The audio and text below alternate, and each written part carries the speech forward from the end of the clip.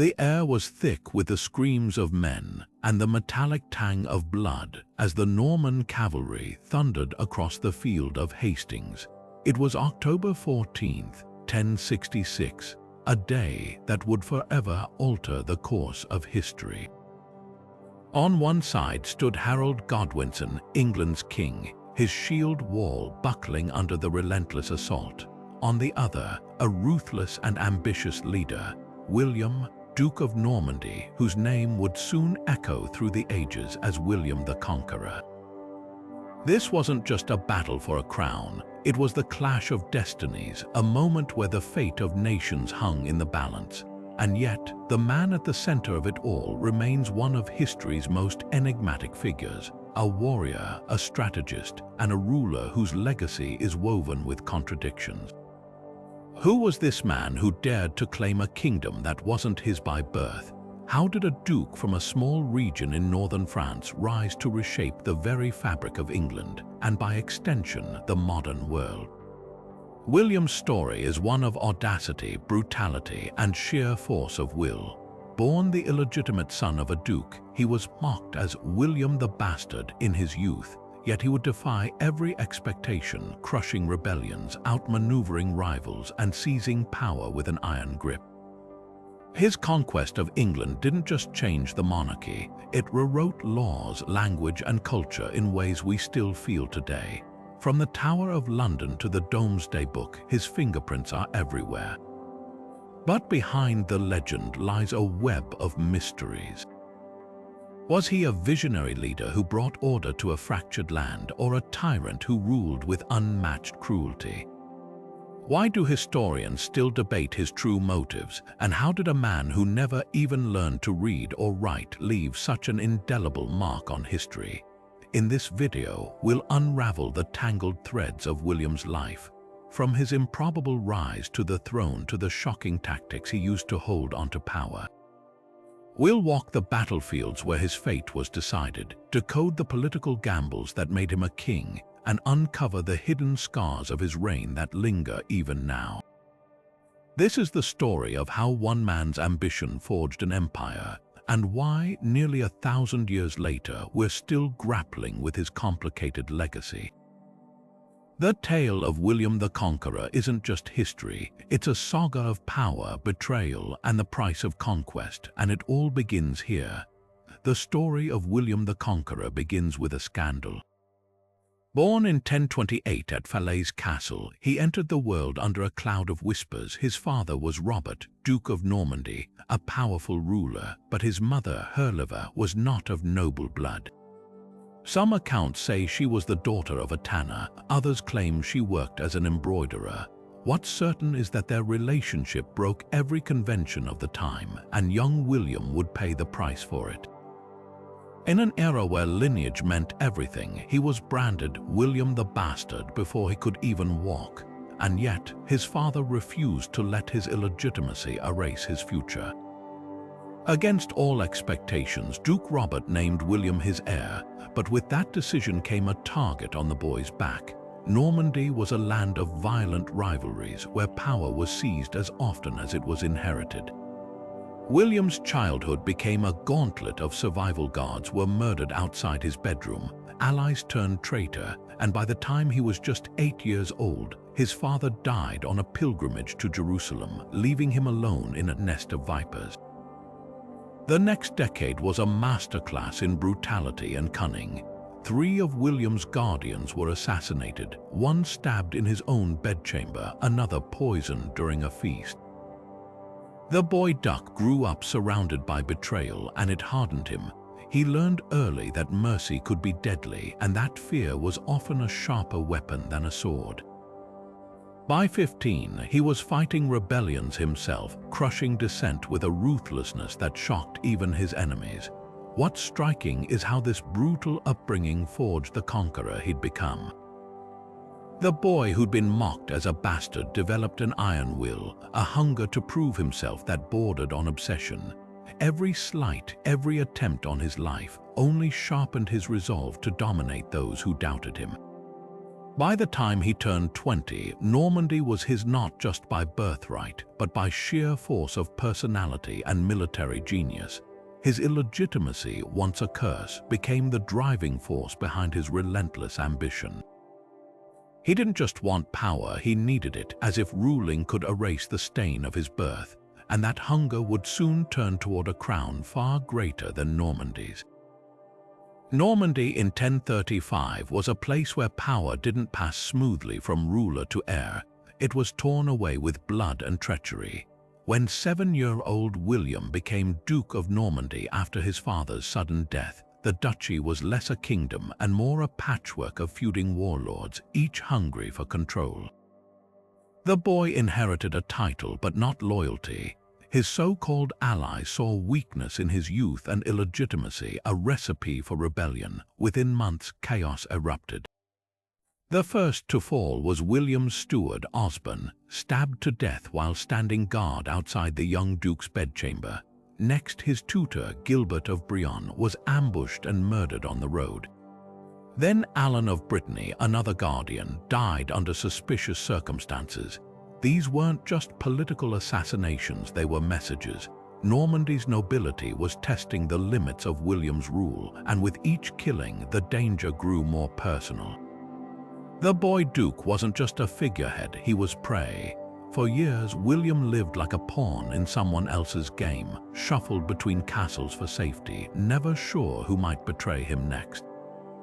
The Norman chronicler William of Poitiers later wrote that the young duke slept with armed guards at his door and learned to read men's faces before their oaths. It was survival training, brutal but effective. By his teens, he could spot a lie in a noble's smile or sense the shift in a crowd before a dagger was drawn. What's remarkable is how he turned this nightmare into an education. While other rulers studied Latin and diplomacy, William mastered the art of crushing rebellions. At just 15, he led his first military campaign against a revolt in the town of Vals-Dunes. With no real army of his own, he relied on cunning allying with King Henry of France, luring rebel forces into a trap, then annihilating them in open battle. The victory wasn't just strategic, it sent a clear message. The bastard duke could fight back, but the violence never truly stopped. Normandy's nobles kept testing him, and William kept answering with calculated ruthlessness. When Guy of Burgundy, his own cousin, tried to seize power, William besieged his castle at Brienne for 3 grueling years until starvation forced surrender. He didn't execute Guy, though. That was the real lesson of his childhood. Cruelty could win battles, but only strategy could hold a kingdom. Instead of killing his cousin, he exiled him, proving he could be both merciless and pragmatic. This was the forge that shaped William's military genius. He didn't just learn to fight, he learned to anticipate betrayal, to trust no one fully, and to strike first when necessary.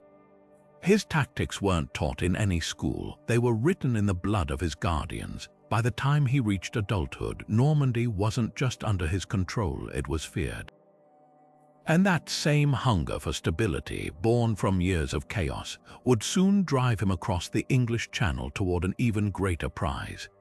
The Battle of Vals-Dunes in 1047 wasn't just William's first major victory. It was the moment Normandy's rebellious barons learned the bastard duke could fight like a lion. Outnumbered and desperate, the 19-year-old William didn't just rely on brute force, he played a cunning game. King Henry I of France, technically his overlord, had marched in with reinforcements, but the real masterstroke was how William used the terrain. The rebels, overconfident and disorganized, found themselves trapped between the Duke's disciplined forces and the marshy ground near the village of Vals-Dunes. When William's cavalry charged a tactic he'd later perfect, the rebel lines shattered like glass. Chroniclers wrote of knights drowning in their armor, dragged under by the weight of their own hubris. This victory was more than a battlefield triumph, it was a blueprint for William's rise. He didn't just crush his enemies, he studied them. The rebel barons had assumed youth and illegitimacy made him weak, but William turned their arrogance against them. After Val's dunes, he didn't rest. He began constructing a network of castles across Normandy, not just as fortresses but as symbols of control. These weren't the crumbling stone keeps of old. They were fast-built wooden towers on moats, raised earth mounds that let his garrisons dominate the landscape. One chronicler noted that wherever William went, the earth seemed to grow castles overnight. But castles alone couldn't hold Normandy. William knew real power required loyalty, or at least the illusion of it. Here he showed a ruthless pragmatism. Some rebel leaders he forgave, binding them to him with oaths and land grants. Others, like his traitorous uncle, William of Arques, he besieged without mercy. When Arques tried to rally support from King Henry himself, William outmaneuvered them both, using bribes and threats to fracture their alliance. By the time Arques surrendered in 1052, the message was clear: cross William, and not even a king could save you. What set William apart wasn't just his brutality, it was his adaptability. While other lords clung to old ways of warfare, he embraced innovation. His cavalry, armed with long lances and trained to fight in tight formations, became the terror of Europe. He combined this with a ruthless scorched earth policy. During his 1054 campaign against Geoffrey of Anjou, he burned entire villages to starve enemy armies into submission. Yet even then, he knew when to switch tactics. When the Pope threatened excommunication for burning churches, William suddenly became a devoted patron of monasteries, proving he could play the long game just as fiercely as he fought battles. By his late 20s, William had transformed Normandy from a war-torn backwater into the most disciplined state in France. His enemies, once dismissive, now called him the Conqueror years before he ever set foot in England. But Normandy was just the beginning. Every castle built, every rebellion crushed, was preparation for an even bolder move. And when Edward the Confessor, England's childless king, reportedly promised him the crown in 1051, William's ambition found its ultimate target. The bastard duke had tamed Normandy, now he set his sights on a kingdom. The year 1064 holds one of history's most tantalizing mysteries, a secret meeting between William of Normandy and Harold Godwinson, England's most powerful earl, in the quiet town of Bayeux. According to Norman chroniclers, this wasn't just a diplomatic visit.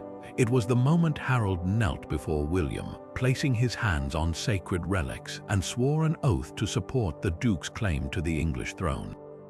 The scene was later immortalized in the Bayeux Tapestry, stitched with deliberate care.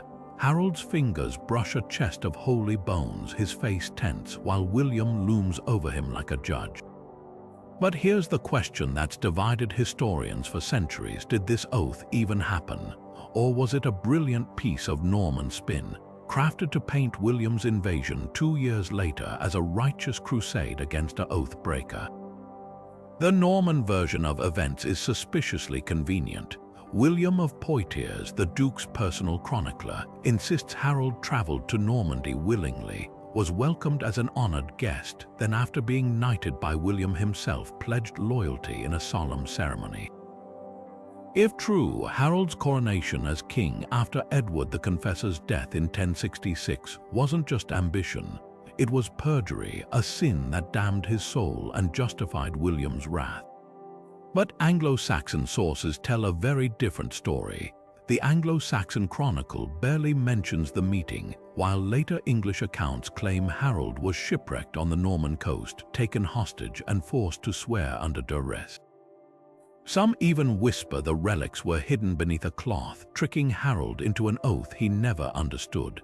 The truth likely lies somewhere in the shadows. Harold was no fool. He knew the political chessboard better than most. By 1064, Edward the Confessor was aging, and England's succession was up for grabs. A clever negotiator might have offered vague promises to secure his release, never intending to honor them.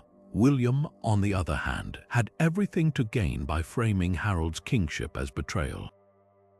Medieval power struggles weren't just fought with swords, they were won with narratives. By casting Harold as an oath-breaker, William turned his invasion into a holy mission, securing papal blessing and rallying knights who feared fighting without divine approval. The Bayeux Tapestry itself is a masterpiece of propaganda. Woven just years after the conquest, it's hardly impartial. Every stitch serves William's version. Harold is shown as bold yet reckless, raising his hand too eagerly over those hidden relics. The scene hums with tension, the threads pulling us toward the inevitable, Harold's downfall as divine punishment.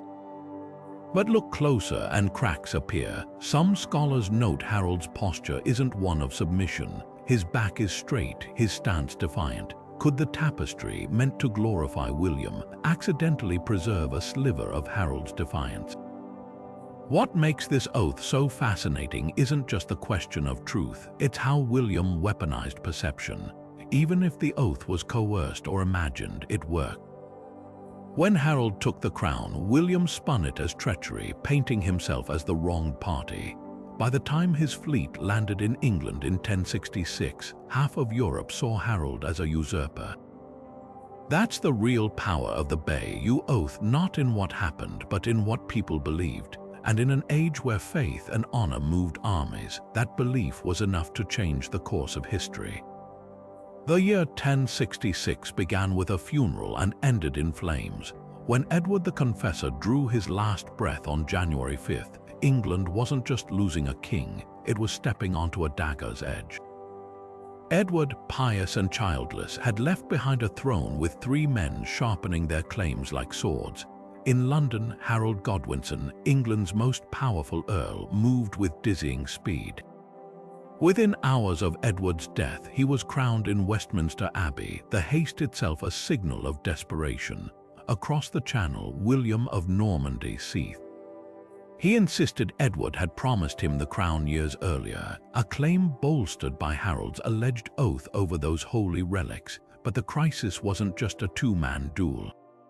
From the icy fjords of Norway came Harald Hardrada, the last great Viking king, sailing with 300 longships and a blood claim stretching back to Cnut's dynasty.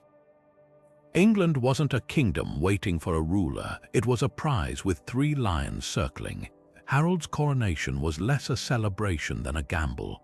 The White Enigmatic, England's council of nobles, had chosen him, but their decision reeked of expediency. Harold was a proven warrior, a leader who'd crushed Welsh rebellions and navigated court intrigues. Yet his family's rise from obscure thegns to throne Caesars in just 2 generations left bitter rivals whispering, usurper. Worse, his brother Tostig, the exiled Earl of Northumbria, had already fled to Norway, whispering poison in Hardrada's ear about England's weakness. Harold knew storms were coming. He stationed his fleet along the south coast, watching for Norman sails while Huscarls patrolled the north, but no ruler could defend every shore forever. William's strategy was patience weaponized. While Harold braced for invasion, the Norman duke spent months gathering an army unlike anything Europe had seen. Not just knights, but carpenters, blacksmiths, even prefabricated wooden forts to erect on English soil. Crucially, he secured Pope Alexander II's blessing, turning his claim into a holy crusade. The papal banner fluttering above William's fleet wasn't just cloth, it was a psychological hammer, convincing Europe that God favored the Normans. Meanwhile, Hardrada's arrival in September was pure Viking theatre. Landing in Yorkshire, he crushed local forces at Fulford Gate, his axes painting the riverbanks red. When Harold raced north to meet him at Stamford Bridge, the clash was apocalyptic. Hardrada, clad in his legendary land waster armor, fought like a demon until an arrow found his throat. Harold's victory was total, but it came at a cost. Exhausted, his army still licking wounds, word came. William had landed at Pevensey. The timing was catastrophic. Had William invaded in summer as planned, Harold might have faced him fresh.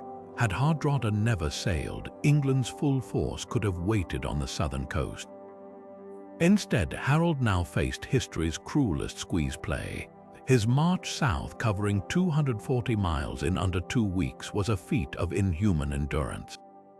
Men collapsed along the roads, horses died beneath their riders. When Harold reached Hastings on October 13th, his troops weren't an army, they were survivors. William, by contrast, had rested his men for weeks, feasting on looted Saxon grain. The stage wasn't just set for battle, it was tilted. 3 kings had entered 1066's gauntlet. By nightfall on October 14th, only one would still be standing. Dawn broke on October 14th, 1066, with a cold autumn mist clinging to the hills near Hastings. William's Norman forces had spent the night under the clatter of armor and murmured prayers, while Harold's Saxons stood shoulder to shoulder atop Senlac Hill, their shields locked into an impenetrable wall. This wasn't just a battle, it was a brutal chess match, each move calculated to break the other's will. William opened with a hail of arrows, but the Saxon shield wall held firm, their overlapping wooden barriers turning the sky black with deflected projectiles.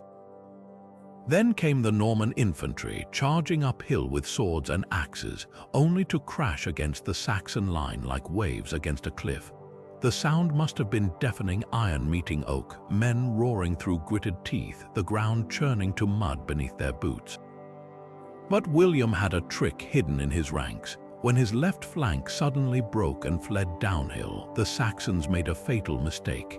Enraged by hours of battle and smelling blood, dozens of huscarls abandoned the shield wall to chase the retreating Normans.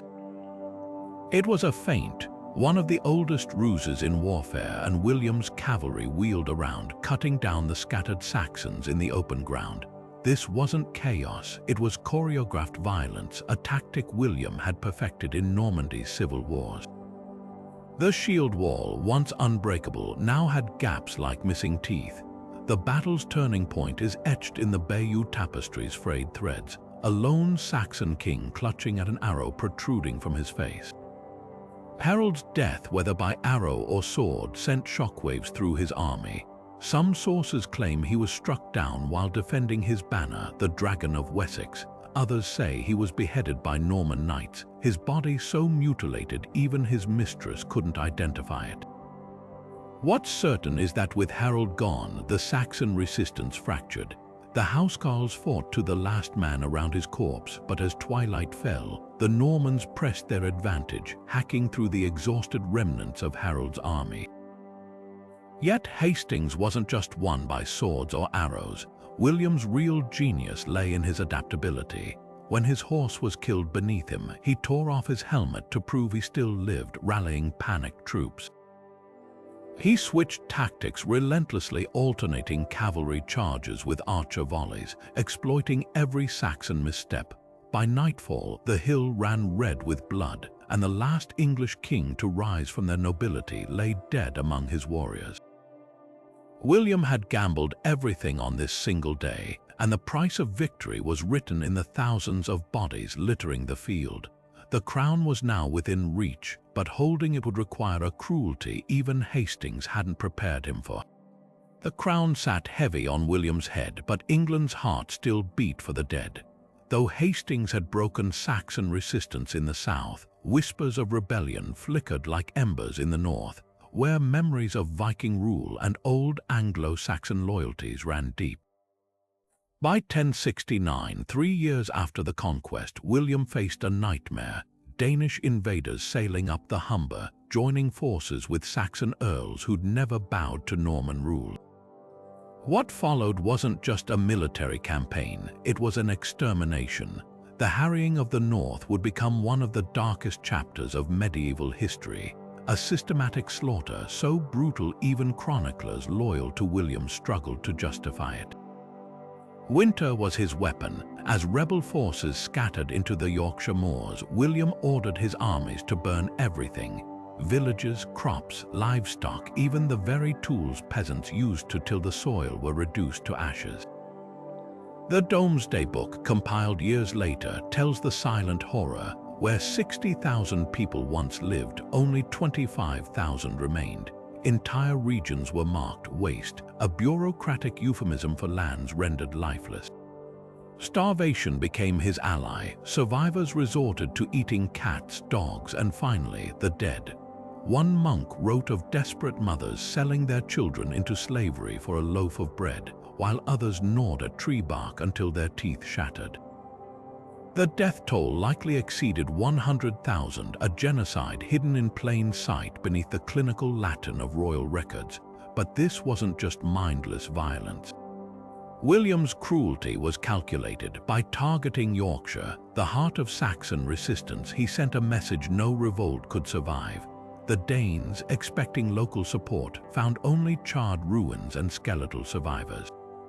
They withdrew, their invasion strangled by famine. Saxon earls who dreamed of restoring the old order now faced a stark choice: submit or watch their people vanish. The few who resisted met grisly ends. Edgar Atheling, last male heir of England's ancient royal bloodline, fled to Scotland. Others weren't so lucky. Rebels were blinded, their hands chopped off, left alive as living warnings. What chills the blood isn't just the scale of the slaughter, but its precision. William didn't just conquer England, he broke its spirit. The North, once a thriving cultural center, became a wasteland for generations.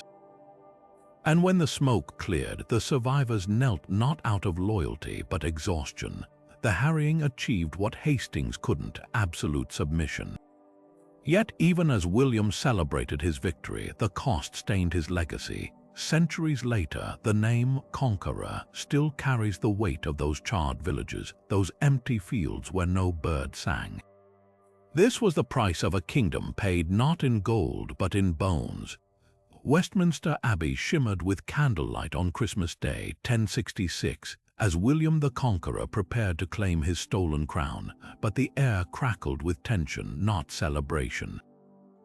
The Norman guards stationed outside, jittery from weeks of Saxon unrest, stood with hands clenched around their swords. When the crowd inside erupted into traditional cheers of acclamation, the guards panicked. To their ears, the roaring Latin chants sounded like the beginnings of an uprising. Within minutes, flames engulfed the surrounding houses as Norman soldiers torched the neighborhood, their preemptive strike against a rebellion that didn't exist. Smoke curled into the abbey itself, choking the congregation as William trembled beneath the weight of the crown being placed on his head. Even in this moment of triumph, violence followed him like a shadow. This wasn't just a coronation, it was a staged performance of legitimacy, meticulously crafted to erase the stains of conquest. William insisted on being crowned in the same abbey where England's kings had been anointed for centuries, wearing robes cut in the Anglo-Saxon style. The ceremony itself was a hybrid. Norman bishops officiated, but the rituals echoed Edward the Confessor's coronation, a deliberate nod to continuity. Every detail whispered the same message. This wasn't a foreign takeover, but the rightful inheritance of a man tied to England's ancient royal bloodline through Edward's alleged promise. Yet the symbolism clashed with reality. The surviving Saxon nobles in attendance later confessed they'd been coerced, their presence weaponized to imply consent. Archbishop Ealdred of York, who crowned William, did so with a knife at his back, literally. Norman soldiers lined the aisles, their spears glinting in the candlelight. When William's oath was spoken in French, a language most of his new subjects didn't understand, the disconnect between ruler and ruled couldn't have been clearer. What's fascinating is how William twisted the coronation chaos to his advantage. The burning of Westminster's houses, far from undermining him, became a parable about the costs of resistance. Chroniclers loyal to the crown spun it as divine theater, a warning from God that disobedience would be met with fire. Even the trembling William reportedly suffered during the ceremony was later recast as piety, his quaking hands proof of his humility before God. But behind the propaganda, a deeper truth simmered. However grand the coronation robes or solemn the oaths, William knew his hold on England was fragile. The flames licking at Westminster's doors that day were a fitting metaphor for his reign. A crown grasped amid smoke, its brilliance inseparable from the scent of burning. The Domesday Book wasn't just a tax record, it was a weapon disguised as parchment. By 1086, 20 years after Hastings, William's grip on England still felt precarious. Saxon rebellions smoldered beneath the surface, and Norman lords squabbled over stolen lands. So the Conqueror unleashed an idea so audacious it would have seemed impossible a generation earlier: a total inventory of the entire kingdom, down to the last pigsty and hayrick. Teams of royal clerks fanned out across England, interrogating village elders, passing conflicting land claims, and scribbling furiously on wax tablets.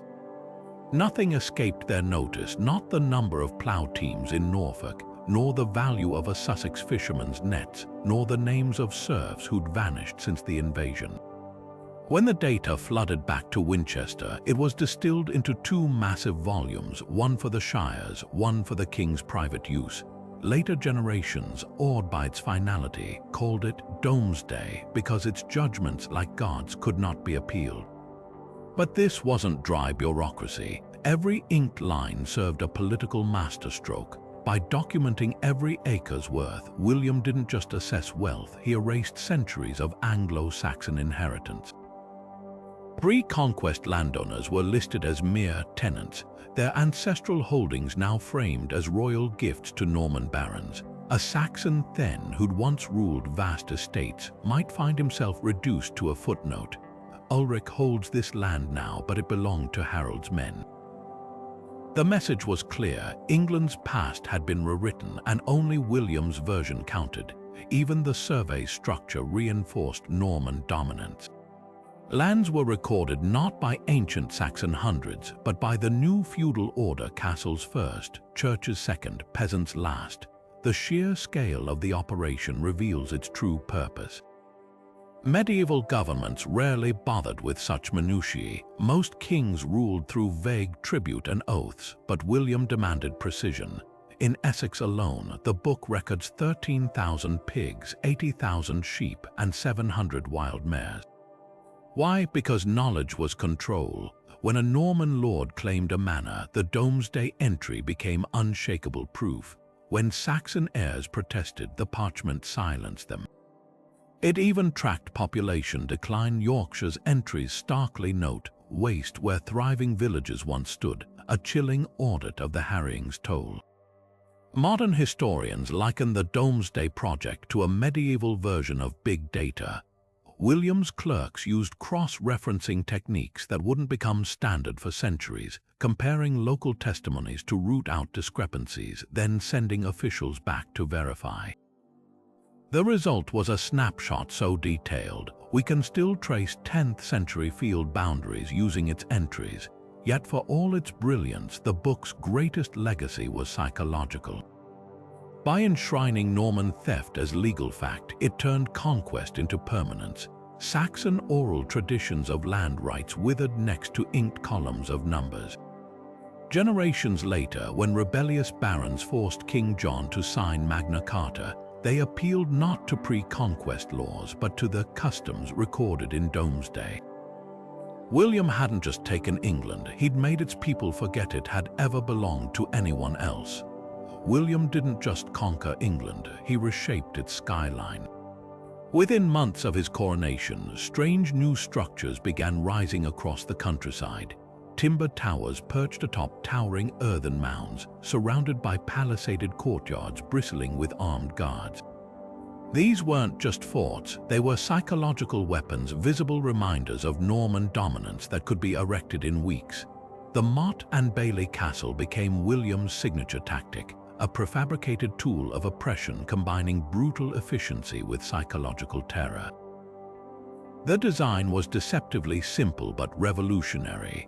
A steep artificial hill, the Motte provided an unassailable vantage point for a wooden keep where Norman lords could survey their stolen land. Below it sprawled the Bailey, a fortified enclosure housing barracks, stables, and armories, all protected by ditches and sharpened stakes. What made these castles terrifying wasn't their grandeur, it was their speed. Saxon chronicles describe how Norman work crews could raise one in under 20 days, using local peasants as forced labor to dig and haul earth. By the time survivors of the harrying returned to their burned villages, they often found a new Norman stronghold looming over the ruins.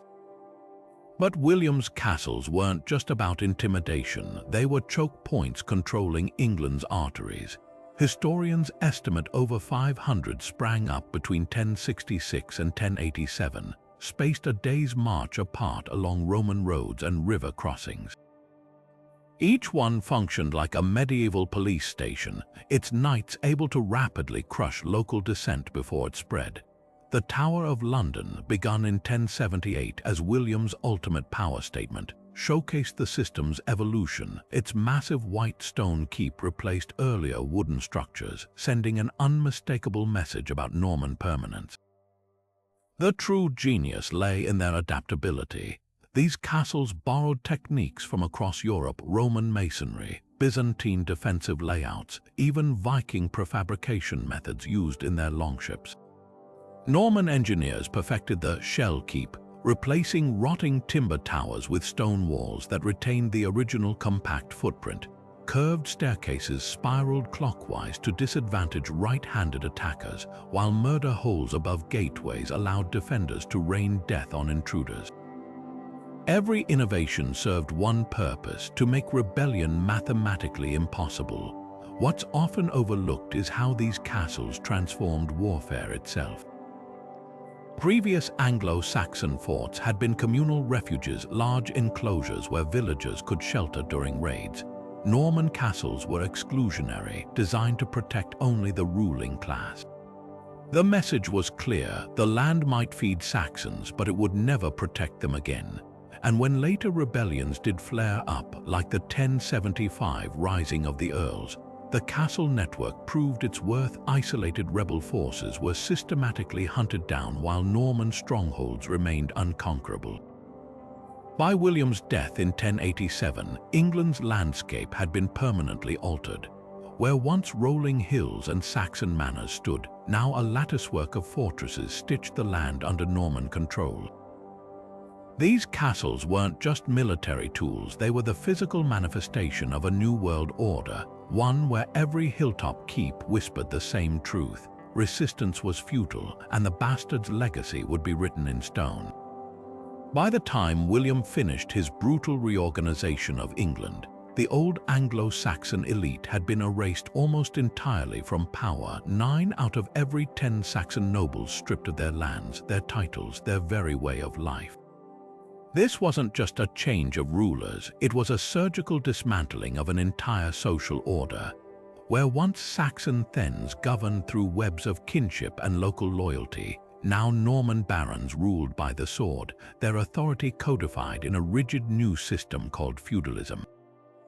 Every acre of England became part of an elaborate pyramid, with William at its apex, parceling out stolen lands to his followers in exchange for one simple demand: absolute obedience. The transformation was staggering in its speed and scope. Within 20 years, the names of England's elite shifted from Aelfric and Wulfstan to Robert and Guillaume. Norman French became the language of power, spoken in courts, recorded in legal documents, even muttered in the halls of churches. Saxon peasants tilling the same fields their ancestors had worked for generations now answered to foreign overlords who couldn't even pronounce the names of the villages they'd seized. The Domesday Book lays bare the scale of this dispossession. Over 4,000 Saxon landowners reduced to under 200, their manors gifted to Norman knights as rewards for loyalty. Feudalism under William wasn't just about land, it was about control. Each Norman lord received his estate with strings attached, strict quotas of knights to provide, taxes to deliver, and military service owed directly to the crown. This created a chain of command as unbreakable as iron. A knight answered to his baron, the baron to his earl, the earl to the king. Rebellion became mathematically impossible. No vassal could muster enough power to challenge the system when his own subordinates were bound by the same oath. But the real violence of this new order lay in its permanence. Saxon customs of communal land use withered under Norman enclosure laws. Ancient rights of folk courts were replaced by the king's justices, who dispensed verdicts in French. Even marriage became political. Norman lords were forbidden from wedding Saxon women, ensuring bloodlines stayed pure and power consolidated. The message was clear: England now belonged to the conquerors, and its people were tenants on their own soil. Yet the most insidious legacy wasn't the castles or the laws, it was the cultural erasure. Generations of Saxon nobles who survived Hastings found their heritage reduced to a stain. The chronicler Orderic Vitalis, himself half English, wrote of sons denied their fathers' names, Saxon heirs forced to kneel for scraps of their birthright. Over time, resistance turned to resignation. Families that once traced lineage to King Alfred's warriors now Frenchified their names, adopted Norman dress, and whispered their old language only in private. By the time of William's death, England had become a hybrid creature, Saxon in its fields and forests, Norman in its towers and titles. The feudal system he implanted would shape English society for centuries, its hierarchies fossilizing into class divisions that still echo today. But perhaps the ultimate proof of his overhaul success is this: within 3 generations, the descendants of those dispossessed Saxons would fight not to overthrow the Normans but to join them. The conquest was complete not when the last rebel fell, but when the vanquished forgot they'd ever been free. William's conquest wasn't just fought on battlefields, it was waged from the pulpit. Within months of his coronation, a quiet revolution swept through England's churches, as Saxon bishops were systematically ousted from their cathedrals and replaced with Norman clerics who spoke the language of power. The Archbishop of Canterbury, Stigand, a symbol of old Anglo-Saxon independence, was deposed in 1070 and died in chains, his seat given to Lanfranc, William's shrewd Italian advisor. This purge wasn't personal, it was strategic. The church controlled vast lands, wielded moral authority, and kept records in Latin, the perfect tool to legitimize Norman rule. But William didn't just replace men, he rebuilt the very stones of faith itself. Where Saxon churches had been modest wooden structures, Norman masons raised towering cathedrals that scraped the sky. Durham's ribbed vaults, Winchester's sprawling nave, Ely's island fortress of faith. These weren't just houses of worship, they were stone manifestos proclaiming Norman superiority in every carved capital and rounded arch. The scale was deliberate. Saxon worshippers stepping inside for the first time would feel dwarfed, humbled by the sheer verticality of this new god. And the message went deeper. Norman architects abandoned the intricate animal motifs of Saxon artistry for clean Romanesque lines, visually severing England's spiritual past from its future. Yet William's real masterstroke was balancing papal loyalty with iron control. By 1072, he'd forced the English Church to swear direct obedience to Rome, a move that earned him the Pope's favor but came with strings attached. No clergy could travel to Rome without royal permission. No papal letters held weight without the king's approval. Even Lanfranc, for all his influence, knew his power flowed from William, not the Vatican. This delicate dance, publicly deferring to Rome while privately monopolizing church authority, became the blueprint for medieval rulers. When Lanfranc insisted bishops hold their own courts, William agreed as long as royal justices oversaw every verdict. The fusion of spiritual and temporal power reached its peak with the Domesday Survey, where church lands were catalogued alongside secular estates, a blunt reminder that even God's servants answered to the throne. By the time William died, England's church stood as a paradox, more Roman in doctrine yet more Norman in leadership, its cathedrals reaching heavenward while its chains remained firmly earthbound. This wasn't reform, it was a spiritual conquest, ensuring that when Saxons knelt to pray, they did so under Norman arches. Even in his twilight years, William the Conqueror found no peace within the walls of his own family. His eldest son, Robert Curthose, nicknamed Short Boots for his stubby legs, had grown from a headstrong boy into a rebellious man simmering with resentment. While William spent 2 decades consolidating his English throne, Robert stewed in Normandy, expecting the duchy as his birthright. but the Conqueror, ever the strategist, had other plans. He began favoring his younger son, William Rufus, a red-haired brute with his father's temper and none of his patience for the English crown. What followed wasn't just a family feud, it was civil war, with the very lands William had spent his life conquering now ripped apart by his children's ambitions. The breaking point came in 1078 when Robert openly demanded control of Normandy. William refused, sparking a conflict so bitter, father and son eventually faced each other on opposite sides of a battlefield. The siege of Gerberoi became a grotesque family spectacle. Robert's forces holed up in the castle, William's army battering the walls. In the chaos of combat, the 60-year-old king found himself locked in single combat with his own son. Robert, unrecognizable in his helmet, unhorsed William with a lance blow to the chest, nearly killing him before realizing whom he'd struck. The moment the young duke recognized his father's voice begging for mercy, he dismounted in horror, offering his own horse to help the wounded king escape. Even in rebellion, Norman notions of honor held firm, but the scars of that day never healed. William's treatment of his sons reveals the cold calculus of medieval power. While Robert languished in semi-exile, the king funneled resources and tutors to William Rufus, grooming him as England's heir. The message was clear: loyalty mattered more than birth order. Meanwhile, his youngest son, Henry, received neither land nor titles, just £5,000 of silver and a biting prophecy: "You'll get what the others can't keep." It was a veiled insult to both Robert's incompetence and Rufus's recklessness, hinting that shrewd Henry might outlast them all. The family's disintegration mirrored the fractures in William's empire. Normandy's nobles, sensing weakness, flocked to Robert's banner, while England's Saxon subjects saw the infighting as divine punishment for the conqueror's sins. When William fell gravely ill in 1087, Robert refused to visit his deathbed, still seething over his disinheritance. The dying king, racked with guilt over the harrying of the north, allegedly confessed, "I persecuted the natives beyond all reason. I am stained with rivers of blood." Yet even in his final moments, he clung to control, distributing his lands not by love but strategy. Normandy went to Robert, England to Rufus, and silver to Henry. His last act was less a father's blessing than a warlord's division of spoils. The irony was cruel. A man who'd spent his life conquering external enemies ultimately lost to the ones he'd created at home. Within 3 years of William's death, Rufus and Robert were at war, while Henry bided his time.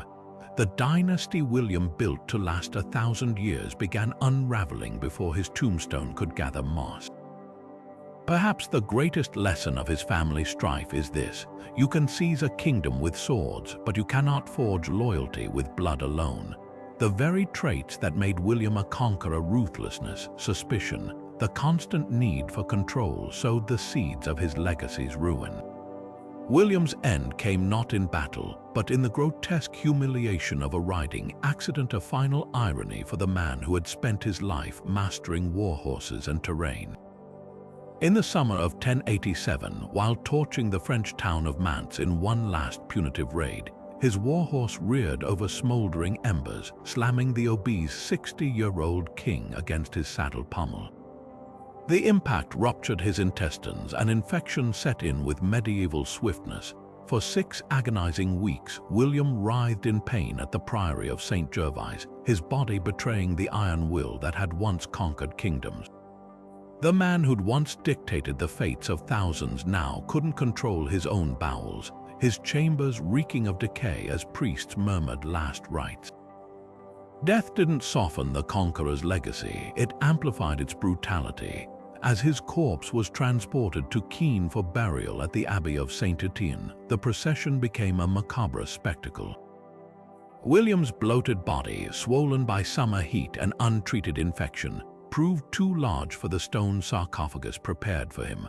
When attendants tried forcing it in, the stomach burst open, filling the church with a stench so vile mourners fled retching. Even in death, he couldn't be contained, a fitting metaphor for a life that had overflowed with violence and ambition. The indignities didn't stop at the grave. The abbey church where he was laid to rest became a target for every rebel, protester, and fortune hunter who resented Norman rule. During the 16th century French wars of religion, Calvinists broke open his tomb, scattering his bones in protest of Catholic idolatry. A monk managed to salvage one thigh bone, reburying it beneath a new marker only for revolutionaries in 1793 to exhume it again, tossing the last remnant of England's conqueror into a mass grave. Today, the original tomb sits empty, its inscriptions worn smooth by centuries of indifferent footsteps. What makes this posthumous fate so haunting isn't just its brutality, it's the poetic symmetry. The man who'd spent his life building stone monuments to outlast history saw his own body denied the permanence he craved. The ruler who'd rewritten England's laws, language, and landscape could neither control his corpse's decay nor protect his resting place from vengeance. Even the marble slab marking his grave today is a replica, the original shattered during the Revolution, as if history itself kept conspiring to erase him. Perhaps this was destiny's cruel joke on the Bastard of Normandy. You can conquer a kingdom, but you can't conquer time. The words on your plate tell a silent story of conquest. When a Norman lord dined, he called his meal boeuf or pork, French terms for the meat prepared by his kitchen staff. But the Saxon farmer who raised the animal used the Old English words cow and swine. This linguistic divide wasn't just about food, it was a power play etched into the very syllables of daily life. Over the 3 centuries following William's invasion, more than 10,000 French words bled into English, creating a linguistic class system where the language of the elite was as foreign as the swords they carried. The transformation began at the top. Latin had been the language of the church, but now French became the tongue of law, court, and aristocracy. Saxon earls who wanted to keep their heads learned to plead their cases in franchise. Documents that once bore Old English script now bristled with phrases like force majeure and coup d'etat. Even today, English legal terminology, attorney, jury, verdict bears the indelible stamp of Norman rule. The effect was psychological as much as practical. To speak French was to wield power, while those clinging to Old English found themselves excluded from halls of influence. But the real linguistic revolution happened in the shadows. While official records favored French, the masses still whispered in English. Over time, the two languages performed a reluctant dance, blending into something entirely new. Saxon verbs married French nouns, Germanic grit polished Latin elegance. Words split along class lines. Live animals kept their English names sheep, deer, while the cooked versions took French labels mutton, venison. Servants fed pigs from Old English fodden, but nobles ate pork from French pork. This duality survives in modern English, where straightforward words often have Germanic roots, while their sophisticated counterparts trace back to French. The invasion even reshaped English grammar. Pre-conquest, English was a highly inflected language with word endings indicating meaning. Norman influence stripped much of this away, simplifying sentence structures. French's love of prefixes and suffixes gave us hybrids like beautiful French beau plus Germanic folle. Even the letter Q owes its place in English to French scribes who insisted queen looked more regal than Wen. What's astonishing isn't just the scale of change, but its endurance. When the Black Death wiped out a third of England's population in the 14th century, the labor shortage elevated surviving Saxon peasants and their language to new prominence. By then, French had lost its grip, but its linguistic fingerprints remained. Chaucer's Canterbury Tales, written in the late 1300s, shimmered with borrowed French vocabulary, proof that the conqueror's tongue had seeped into the cultural bedrock. Today, we scarcely notice the duality. A beginning Old English might have a finale French. A King Germanic signing holds sovereignty Old French souveraineté. This linguistic layering made English uniquely versatile. a language where freedom rhymes with domination, where heart and courage can share a sentence without anyone blinking. William's greatest unintended legacy wasn't a castle or a crown, but a mongrel tongue that absorbed its conqueror's words while keeping its Saxon soul. The Normans thought they were burying English. Instead, they gave it wings. William didn't just conquer England, he rewrote its legal DNA. Before the Normans, Saxon justice had been a patchwork of local customs, where earls and thegns settled disputes based on tradition and oral precedent. But William, ever the strategist, saw chaos as an opportunity. His solution, a network of royal judges who rode circuit through the countryside, bringing the king's justice to every shire. These weren't mere bureaucrats, they were enforcers of a new order, armed with standardized laws and a mandate to consolidate power. Their work laid the groundwork for something revolutionary: English common law, a system where rulings created binding precedents rather than relying on feudal whims. The murder fine epitomized William's brutal pragmatism. If a Norman was found dead and the killer unidentified, the surrounding 100, a Saxon administrative unit, would face a crushing collective fine. The sums were staggering, often exceeding a year's income for entire villages. This wasn't just punishment, it was psychological warfare, turning communities into their own watchmen. Neighbors now had a vested interest in rooting out dissent, knowing their livelihoods hinged on obedience. The Domesday Book records these fines with chilling detachment, marking entire regions as wasted after failing to pay. Yet within this cruelty lay an unintended consequence: the birth of communal policing. Towns began appointing constables to investigate crimes preemptively, sowing seeds for modern law enforcement. What set William's legal innovations apart was their mobility. Unlike continental systems where justice required petitioners to travel to distant courts, England's judges came to the people. Holding sessions in market squares and churchyards, they heard cases on everything from land disputes to theft, their verdicts enforced by sheriffs and backed by royal authority. This accessibility, however heavy-handed, created something unprecedented: a national legal culture. A ruling in York could now influence proceedings in Cornwall, as judges shared notes and standardized procedures. The phrase, "the king's peace," took on new meaning, transforming from a vague ideal into enforceable law. The legacy of these reforms outlasted William's reign by centuries. Henry II, his great-grandson, would expand the system into the assizes we recognize today, but the blueprint was unmistakably Norman. Even the concept of jury trials traces back to William's inquests, where panels of locals swore oaths to uncover facts, a far cry from Saxon ordeal by fire or water. The irony is rich. A conqueror who ruled by the sword inadvertently created tools that would later curb absolute monarchy. Magna Carta, habeas corpus, even the American legal system all owed debts to those horseback judges and their ledgers.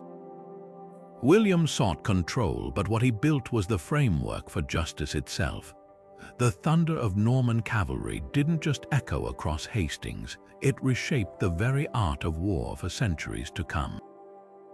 What made William's forces so devastating wasn't brute strength alone, but a ruthless combination of innovation and psychological warfare. At the heart of this military revolution stood three key elements: armored knights trained to fight as a cohesive unit, lethal precision from crossbowmen and archers, and the rapid deployment of prefabricated fortifications. Together, these created a battlefield template so effective it dominated European warfare until the rise of gunpowder. Norman heavy cavalry represented a terrifying evolution in mounted combat. Unlike earlier horsemen who primarily harassed enemy lines, William's knights functioned as medieval tanks, their long lances held couched under the arm, allowing full momentum to be transferred directly through the opponent's shield. This technique, perfected through years of suppressing rebellions in Normandy, required rigorous training. Horses were bred for size and stamina, while knights practiced tight wedge formations that could punch through infantry lines like an iron fist. The psychological impact was just as crucial. The sight of 100 armored riders charging at full gallop caused even veteran Saxon huscarls to break formation at Hastings. Within decades, every ambitious lord from Castile to Constantinople sought to replicate this model, making the armored knight the centerpiece of medieval armies. But cavalry alone couldn't have secured William's dominance. The Norman combined arms approach integrated specialized archers, particularly crossbowmen, in ways that shattered traditional battlefield dynamics. While Saxon armies relied largely on sporadic arrow volleys, William's archers operated with calculated precision. Their steel-tipped bolts could pierce chainmail at 200 paces, forcing enemy infantry to raise shields and break formations right before cavalry charges. This lethal synergy between ranged and mounted units became standard practice for Crusader armies facing Saracen forces, where coordinated arrow barrages would soften enemy lines before Frankish knights delivered the killing blow. The Domesday Book's meticulous records of bow-making workshops across England reveal how systematically William institutionalized this advantage. Perhaps the most ingenious innovation was the Norman mastery of mobile fortifications. Recognizing that conquest meant holding territory against inevitable rebellions, William's engineers developed prefabricated wooden castle components that could be shipped by river or cart. When his forces landed at Pevensey in 1066, they erected a complete motte and bailey fortress within 8 days, an achievement that stunned contemporary observers. These structures weren't just defensive, they served as forward operating bases, allowing small garrisons to control vast areas. The psychological message was unmistakable. Wherever Normans planted their banners, the land became theirs irrevocably. During the First Crusade a generation later, these same techniques let European forces secure the Levant by rapidly constructing concentric castles at strategic choke points. The long-term impacts of this military package transformed medieval geopolitics. Kings needing to counter Norman-style armies had to develop expensive heavy cavalry of their own, fueling the rise of feudalism as monarchs granted land in exchange for knight service. The emphasis on archery led to innovations like the English longbow, while castle building evolved into elaborate stone fortifications like Richard the Lionheart's Chateau Gaillard. Even the Mongol invasions of the 13th century encountered European armies still fundamentally organized along Norman principles. William's bastard duchy had not only conquered England, it had written the playbook for medieval warfare itself. The Bayeux Tapestry stretches 70 meters long, but every stitch is a calculated act of storytelling, not just recounting history but reshaping it to serve Norman glory. At first glance, this embroidered epic appears to chronicle William's conquest with straightforward heroism. Harold's alleged perjury, the Norman fleet's daring crossing, Hastings' brutal climax. Yet look closer, and the tapestry reveals itself as one of history's most sophisticated propaganda tools, woven with layers of persuasion and subtle subversion. The tapestry's selective framing is its first masterstroke. Scenes emphasize moments that bolster William's legitimacy, Harold touching the hidden relics, Edward the Confessor pointing toward the Duke as his successor. Conspicuously absent, any mention of William's tenuous claim through his distant cousin Edward, or the fact Harold was elected by England's Witenagemot Council. The narrative skips straight from Harold's coronation to his punishment at Hastings, as if divine justice were inevitable. Even the title is a misdirection. This isn't a tapestry at all, but an embroidery, likely stitched by English hands in Canterbury workshops under Norman supervision. The conquerors dictated the story, but the conquered held the needles. Beneath the main panels, the marginalia tell a different tale. Here, in the borders usually dismissed as decorative whimsy, rabbits hunt hounds, naked figures cavort scandalously, and a cleric strikes a woman's face. These aren't random doodles, they're subversive commentary. Medieval audiences understood such imagery as satire, the world turned upside down. A particularly telling scene shows a figure with exposed genitals near Harold's oath swearing, possibly mocking Norman claims of sacred solemnity. Elsewhere, a dwarf named Turold, perhaps a known court jester, grins beneath a battle scene, his presence undermining the gravity above. Were these sly jabs by Anglo-Saxon artisans weaving dissent into their forced labor? Some scholars argue the tapestry harbors even bolder resistance. In the Hastings scene, Norman cavalry tumble from horses with peculiar frequency, their deaths mirroring depictions of sinners in religious art. The Saxon shield wall, though ultimately broken, is rendered with meticulous respect, each huscarl's mustache and armor detailed, while Norman faces blur into anonymity. Most striking is the tapestry's abrupt end. It doesn't show William's coronation, the logical climax, but freezes on fleeing Saxon troops. This omission feels deliberate, as if the embroiderers refused to stitch Norman triumph in full. The tapestry's true genius lies in its duality. To Norman viewers, it was a righteous chronicle of God's will. To Saxon eyes, it may have carried hidden grief, a visual lament woven between the threads. Even the medium itself whispers rebellion. Embroidery was women's work in medieval Europe, often dismissed as domestic craft. Yet here, in this fragile textile, the voices of the vanquished endure, stitched into history's margins.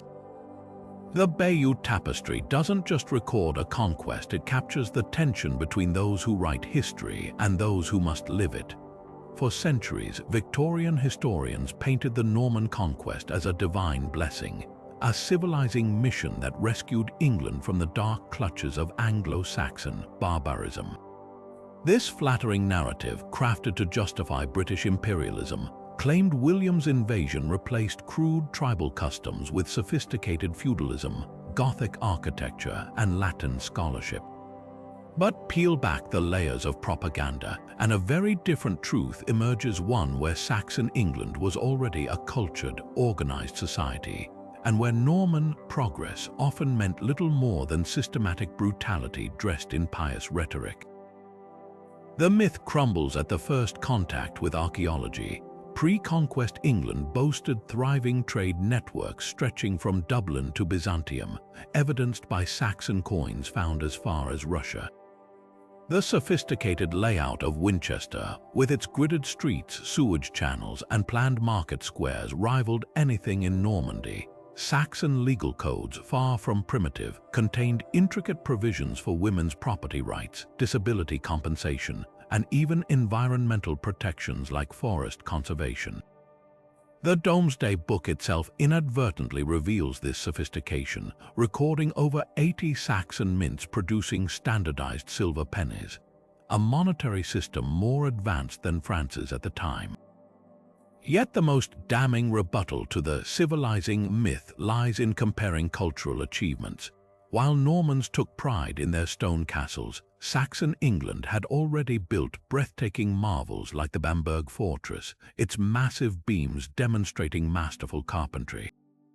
The Venerable Bede's 8th century scientific writings eclipsed anything from Normandy's libraries, while the Exeter Book's poetry wove complex metaphors about grief and cosmology. Even the Bayeux Tapestry's vegetable dyes and intricate stitching techniques were borrowed from English embroidery traditions older than William's lineage. What Normans truly introduced wasn't civilization, it was control. The harrying of the north, which reduced once fertile lands to wastelands, had no equivalent in Saxon warfare. Pre-conquest conflicts were brutal but rarely genocidal. Saxon kings like Alfred had built schools alongside fortresses. Norman reforms, like murdrum fines collectively punishing villages for killings of Normans, were less about justice than terror. Even their vaunted Gothic cathedrals rose atop demolished Saxon churches, their foundations literally burying the past. The ultimate irony, many Norman innovations were actually Saxon practices rebranded. Trial by jury evolved from Saxon folkmoot, not William's courts. The Exchequer's financial systems borrowed heavily from Saxon tax records. Even the feudal system, often credited to Normans, simply formalized existing hierarchies while stripping away Saxon checks on royal power. This cultural erasure was so thorough that Victorian historians, steeped in imperial arrogance, took Norman propaganda at face value. Modern archaeology continues to dismantle these myths. Excavations at sites like Stafford reveal pre-conquest towns with glass windows, musical instruments, and imported spices, hardly the hovels of barbarians. The recent discovery of the Staffordshire hoard, with its exquisite goldwork, proves Saxon metalworkers surpassed their Norman counterparts. Even the notion of Saxon illiteracy falters before the over 1,000 surviving Old English manuscripts, some so finely lettered they require magnification to appreciate. Perhaps the most poignant rebuttal comes from underfoot. Soil analysis shows Saxon crop yields often matched post-conquest levels until Norman forest laws and grain requisitions caused famines. The real barbarism wasn't in Saxons' halls, but in the smoke of villages burned to enforce a new order. William's legacy wasn't enlightenment descending upon savages. It was one complex society violently overwritten by another, then gaslit by history. The stones of ruined Saxon monasteries whisper what chronicles omit. Civilization wasn't brought to England in 1066. It was fractured, then forced to wear a conqueror's face. Beneath the surface of English surnames and aristocratic titles lies a hidden genetic ledger, one that confirms what history books only hinted at. Modern DNA studies reveal a startling biological divide dating straight back to the Conquest. Nearly 20% of English men today carry Norman Y chromosomes clustered among the upper classes, while working-class genetics remain overwhelmingly Anglo-Saxon. This isn't just a quirk of ancestry, it's the ghostly imprint of a medieval caste system frozen in our cells. The proof comes from a groundbreaking study of UK surnames, many of which originated as job titles or place names after 1066. Researchers tracking names like Darcy, Percy, and Montgomery found their male descendants shared distinct genetic markers tracing back to northern France. Among men with aristocratic surnames, these Norman signatures appear 5 times more frequently than in the general population. Even more striking, when scientists examined remains from medieval cemeteries, Norman burials contained a higher proportion of these lineages compared to Saxon grave sites. The message is clear: conquerors didn't just take lands, they passed power through bloodlines, but the real surprise lies in the geography of these genes. While Norman ancestry permeates the English elite, it barely registered among peasant populations. Analysis of rural communities shows their DNA pools remained virtually unchanged for centuries after Hastings, like sediment layers untouched by the storm above. This biological segregation reveals an uncomfortable truth. The feudal system wasn't just political, it was reproductive. Norman lords rarely married Saxon women below their station, instead importing brides from France or wedding the daughters of other conquerors. Over generations, this created a genetic glass ceiling where blue blood wasn't just a metaphor but a chromosomal reality. The echoes of this divide still resonate today. In regions like East Anglia and the Scottish lowlands, where Norman land grabs were most aggressive, aristocratic lineages still show disproportionate French ancestry. Contrast this with Cornwall or the Northumbrian Highlands, where Celtic and Saxon markers dominate. Even modern class disparities bear traces. A recent study found that Britons with Norman-sounding surnames are statistically overrepresented in elite universities and high-income professions. Some researchers argue this isn't mere coincidence, but the long shadow of systemic advantage stretching back 30 generations. Yet nature has a way of subverting human hierarchies. While Norman men imposed their genetic legacy, mitochondrial DNA tells a different story. The maternal lines of most English people, regardless of class, remain overwhelmingly Saxon. This hints at a quieter conquest. Norman lords may have dominated the halls of power, but in peasant cottages and village lanes, Saxon women passed their genes forward undiluted. The conquerors reshaped England's ruling class, but its heart remained Anglo-Saxon. These genetic scars raise uncomfortable questions about privilege and opportunity. When a surname like Fitzwilliam or Beauchamp still correlates with socioeconomic advantage today, how much of that stems from medieval policies designed to concentrate power? The Domesday Book recorded land ownership, but our DNA records something far more personal: who was allowed to inherit the future. Science has given us a new lens on the conquest's aftermath, one where history isn't written in parchment, but in the double helix of a divided nation. Centuries after his death, William the Conqueror still stalks our screens and pages, but never the same way twice. The man who reshaped England has been reinvented by every era to suit its fears and fantasies, transforming from medieval monster to tragic antihero depending on who holds the pen. Early English chroniclers, writing under Norman rule but with Saxon sympathies, painted William as a divinely punished tyrant. The Anglo-Saxon chronicle describes his death as cosmic justice, a bloated corpse bursting in its coffin, the stench so vile it drove mourners from the church. For monks like Orderic Vitalis, born to an English mother and Norman father, William embodied contradiction, a pious despot who built abbeys with one hand while burning villages with the other. Shakespeare, always drawn to flawed power, reduced him to a spectral whisper in Henry V, a ghostly ancestor whose conquest shadows the play's battles in France. The Victorian era performed a stunning rehabilitation. As Britain's empire reached its zenith, writers like Edward Freeman recast the conquest as a providential merger of Saxon grit and Norman sophistication. William became a romantic figure in novels like Harold by Bulwer Lytton, his ambition framed as civilizing mission rather than brutality. Pre-Raphaelite artists draped him in flowing robes and sorrowful gazes, conveniently ignoring the harrying of the north. This sanitized version peaked in 1966, The Norman Invasion, a BBC docudrama where a dignified Patrick Wymark portrayed William as a reluctant conqueror, more CEO than warlord. Modern media has stripped away the propaganda to reveal the man beneath the chainmail. The Horrible Histories franchise, never shy about gore, showed William's coronation riot with cartoonish chaos, Norman guards torching houses while a panicked king trembled beneath his crown. Netflix's The Last Kingdom took a subtler approach, framing the conquest through Saxon eyes while acknowledging William's strategic genius. The standout is 1066, A Year to Conquer England, where Ian Holmes' voiceover performance captures both the Duke's tactical brilliance and his gnawing paranoia.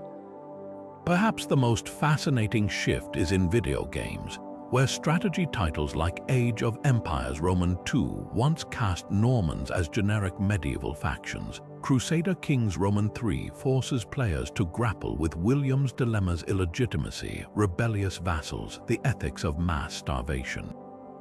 Even the Assassin's Creed franchise, which placed Vikings in England, reportedly considered a conquest-era storyline before opting against it, likely recognizing the minefield of depicting a still polarizing figure. These evolving portrayals reveal less about William than about ourselves. The Victorians saw an empire builder because they were building one. Today's humanized versions speak to our era's fascination with morally complex leadership. Only one constant remains: whether framed as devil or statesman, the Bastard of Normandy still commands our attention, his shadow stretching from Bayeux Tapestry to Hollywood's backlots. The real William may be dust, but the stories we wrap around him are very much alive. The conquest of England in 1066 wasn't just a shift in power, it was the birth of a hybrid society that would outlast nearly every other medieval empire. Compare it to the Seljuk Turks' lightning seizure of Anatolia around the same time. While both were military triumphs, the Norman takeover embedded itself into England's DNA in ways the Seljuks never achieved. The Turks, for all their brilliance at battles like Manzikert, ruled their new lands as an occupying elite, imposing Persian bureaucracy but rarely blending with local cultures. Centuries later, their legacy in Turkey would be overwritten by the Ottomans. Yet in England, Norman and Saxon identities twisted together like vines, grafting feudal structures onto Anglo-Saxon roots until they became indistinguishable. The difference lay in systematic reinvention.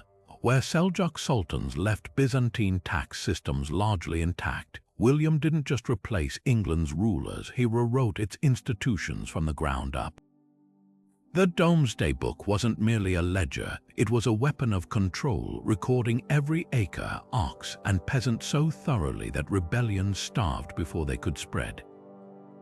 Contrast this with the Song dynasty's reunification of China in the 10th century, another society famous for meticulous record-keeping. The Songs centralized power through civil service exams and Confucian bureaucracy, yet their system collapsed under Mongol invasion. Norman England, by contrast, survived civil wars, plagues, and peasant revolts precisely because William's framework, castle networks, feudal oaths, and royal justices made the state resilient even when individual kings failed. Endurance also came from cultural alchemy. The Normans didn't just impose French as the language of power, they let it seep into English until it transformed the vernacular itself. Old English absorbed 10,000 French words, turning into something entirely new, a linguistic mongrel with Germanic bones and Romance flourishes. Meanwhile, in Moorish Spain, Arabic remained the elite tongue while commoners spoke Romance dialects, creating a cultural divide that eventually helped fracture Al-Andalus. William's genius was coercing assimilation. Saxon nobles had to learn French to keep their lands, but Norman lords adopted English place names and married into local families. The result was a ruling class that, within 2 centuries, saw itself as English despite its continental origins. Geography played its part too. England's island isolation made Norman innovations harder to dislodge. The Seljuks, sandwiched between Byzantines and Fatimids, faced constant external pressure. Even the mighty Abbasid Caliphate, which had once absorbed conquerors like the Buyids, fragmented under Mongol onslaught. But England's moat of seawater allowed William's systems to evolve in relative safety. His castles, unlike the isolated Crusader forts in the Levant, formed an interconnected web that could withstand internal revolts. When Henry II expanded royal courts or Edward I summoned Parliament, they were building on Norman foundations, not tearing them down. Perhaps the ultimate proof lies in what followed. The Ottoman Empire, inheritor of Seljuk lands, buried their predecessors' legacy under new dynastic myths. China's imperial systems cycled through dynasties like phases of the moon. But England's monarchy, despite civil wars and invasions, traced its unbroken legitimacy back to William's coronation oath. The Tudors claimed descent from Norman bloodlines. The Magna Carta appealed to rights supposedly granted post-conquest. Even today, when British monarchs are crowned in Westminster Abbey, they reenact rituals William himself would recognize right down to the throne's origins as a seat for a Norman king. That's the mark of a conquest that didn't just win a kingdom, but redefined what the kingdom was. The Seljuks, the Songs, even the Romans, they built empires. William built a nation.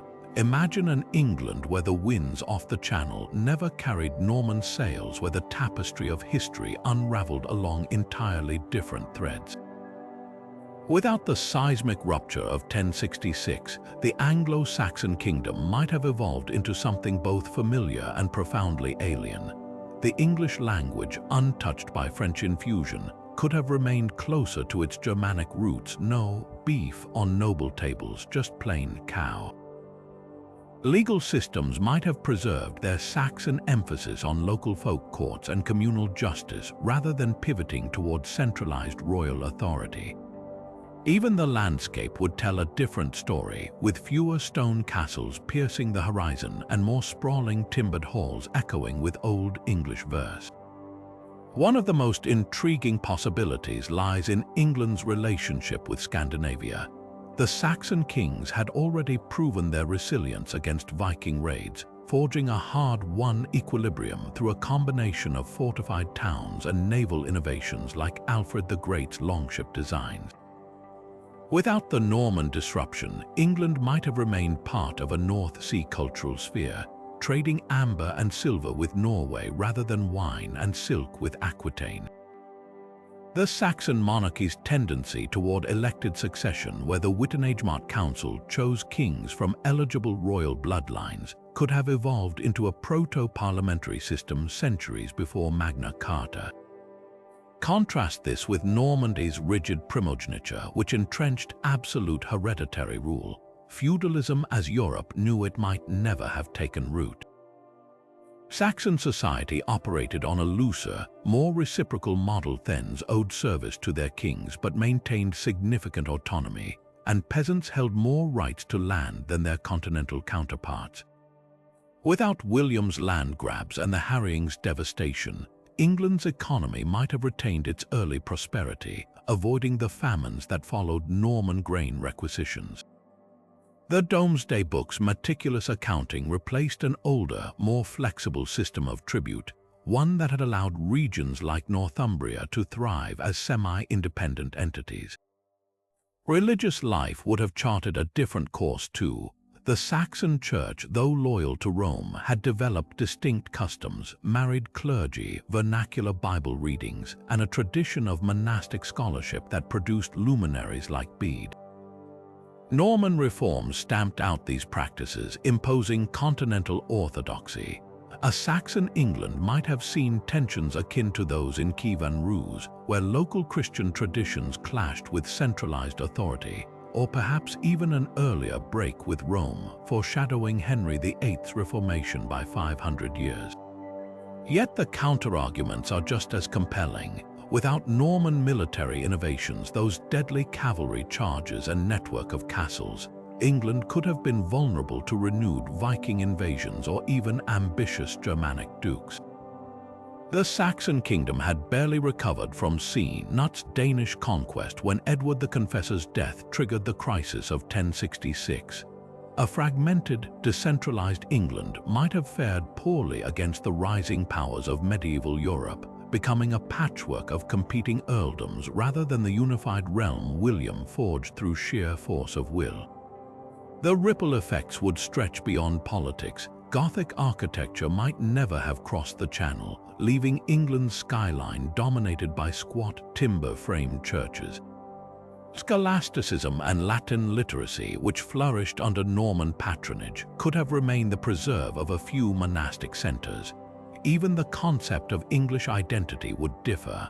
No mythos of the Norman yoke to fuel later nationalist movements, no hybrid culture blending Germanic and Romance influences into Chaucer's Middle English.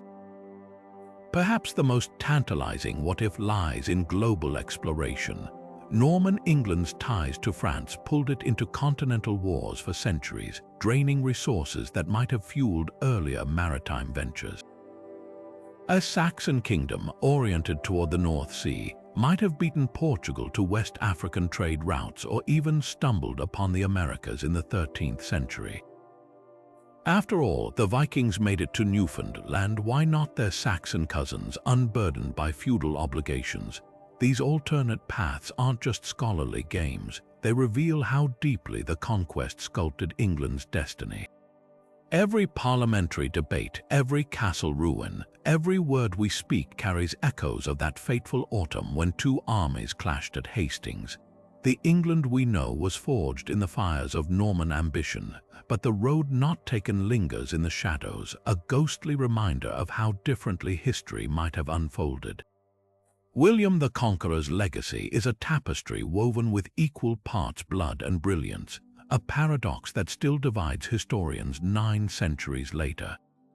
Was he a visionary statesman who dragged England into the modern era, or merely a lucky warlord whose unchecked brutality accidentally forged a superpower? The answer depends on where you stand both geographically and morally. To the ruined villages of Yorkshire, William was a butcher who turned fertile lands into charnel houses. To the architects of the British Empire centuries later, He was the founding father who replaced Saxon tribalism with feudal efficiency. His hands built castles that still dot the English countryside, yet his fingerprints stain the Domesday Book's cold accounting of human suffering. Consider the contradictions: the illiterate duke who standardized England's legal codes, the foreign invader who became more English than the Saxons within 3 generations, the bastard who demanded absolute obedience while breaking every oath of his own. His reign birthed the framework for parliamentary democracy, even as it entrenched class divisions that persist today. The very language we use to debate his legacy, words like justice, nation, and government, is itself a product of that violent fusion between Saxon grit and Norman sophistication. Perhaps the most unsettling truth lies in the outcomes. Without William's scorched earth campaigns, would England have developed the centralized authority needed to resist later invasions from France or Spain? Could the Magna Carta's checks on royal power have emerged without Norman feudalism's rigid hierarchies? Even the Tower of London, that symbol of oppression, became the bedrock of a legal system that would inspire the world. The Conqueror's greatest trick wasn't taking a crown, it was making future generations forget the cost of wearing it. So where does that leave us? History rarely offers neat verdicts. William reshaped England's destiny, but at a price that still echoes in the North's empty Domesday entries and the silent genes of dispossessed Saxons. Maybe the fairest judgment is this: great men aren't always good, and good men seldom change the world. The Conqueror forced a fractured island to become something greater than itself, but the wounds he inflicted never fully healed. Whether that trade was worth it depends on whether you measure a nation's greatness by its power or by the humanity sacrificed to get